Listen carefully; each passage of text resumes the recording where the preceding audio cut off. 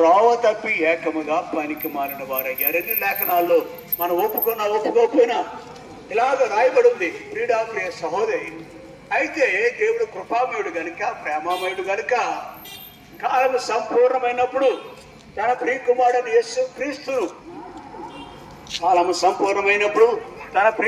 యేసు క్రీస్తును ఈ లోకానికి పంపించారు. ఆయన ఆహ్వానించాడు మనల్ని. నేనే మార్గము సత్యము జీవమని మనకి బోధించాడు ఆయన.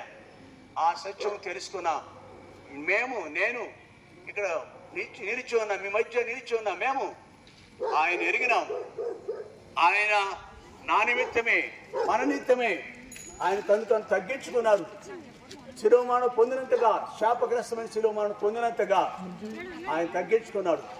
కొన్ని వేల సంవత్సరాల క్రితం మనందరి నిమిత్తం ఏ భేదం లేకుండా మానవ జాతి అంతటి కొరకు కూడా, ఏదో కొంతమంది వ్యక్తుల కొరకు కాదు సుమా, తెల్లవాళ్ళ కొరకు నల్లవాళ్ళ కొరకు కాదు, అందరి నిమిత్తమును ఆయన చనిపోయినారు.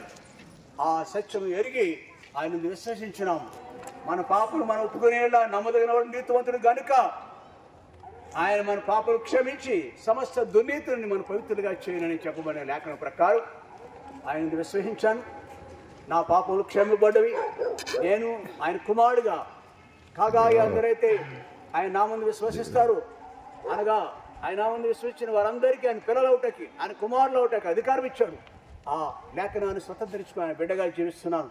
భూమి మీద ఆయన సాక్షిగాను, ఆయన కుమారుడుగాను జీవిస్తున్నాను. ఈ కొద్ది రోజులు ముగించిన తర్వాత భూమి మీద నేను యుగయుగాలు ఉండే ఆ పరలోక రాజ్యానికి వెళతాననే నమ్మిక నాకున్నది. మరెక్కువగా ఆ దేవుని గురించి, ప్రభుని గురించి, రాజు గురించి మీరు తెలుసుకోవాలని ఆశపడుతుంటే మా ప్రియుడు పత్రికలకు తీసుకొస్తున్నారు.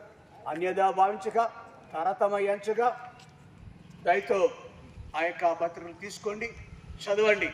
న్యూస్ పేపర్ చదువుతాము, ఆ టీవీలో జరిగే సంగతులు చూస్తాము, ఆ టీవీ న్యూస్ చదువుతాము.